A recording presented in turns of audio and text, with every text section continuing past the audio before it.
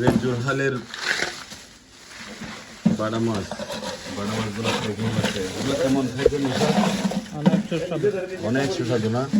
একেবারে কেটে বেছে পরিষ্কার করে দিয়েছে মাশাআল্লাহ। বাংলাদেশের সেরা বাংলাদেশের বিখ্যাত সেরা রেজুর বাটা মাছ। এটা হিমছড়ির একটু পরে একটা লোহার ব্রিজ আছে, এটা বলে ব্রিজের নিকটে। এটাকে মানে একটা বঙ্গোপসাগর থেকে শাখা খাল ঢুকেছে, সেই খালে যেটা মাছ পাওয়া যায় অসাধারণ স্বাদ। আরও বিভিন্ন প্রজাতির মাছ। চট্টগ্রাম শহরে যেহেতু ঈদের পরবর্তীতে অনেক দিন ধরে মাছ পাওয়া যায় না, বিশেষ করে জসিম ভাই,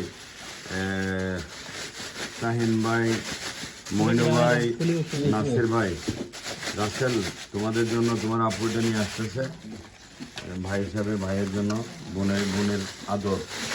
চট্টগ্রামে মাছ খেতে পারেন না, এই জন্য এটা নিয়ে আসা। আপনারা রেডি থাকেন, আসলে মাছ অনেকদিন খেয়েছেন, করে মাংস, কোরবানির পশুর মাংস অনেক খেয়েছেন, এখন না আপনি দিরা জোখালের মাছ, ইনকি মাছ বাইর করুন। আর আছে মাছ আছে?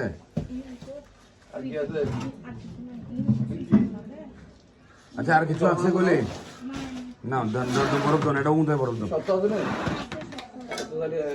এই বালতি দিয়ে রঙের বালতি তো না ফুলো দিতে না তো রঙের বালতি, রঙের বালতি লই মুখ বাঁধে দিলে। ঠিক আছে, খুললে এটা বরফ দেন আগে, এখানে বরফ দেন, দন একেবারে ফোনা হানা মিলে এর মারো। এবার আজকে লিব না, আগে বরফ দিন। ককশিট লোড করা হচ্ছে। সাফওয়ান, তুমি কি বাটা মাছ খাও?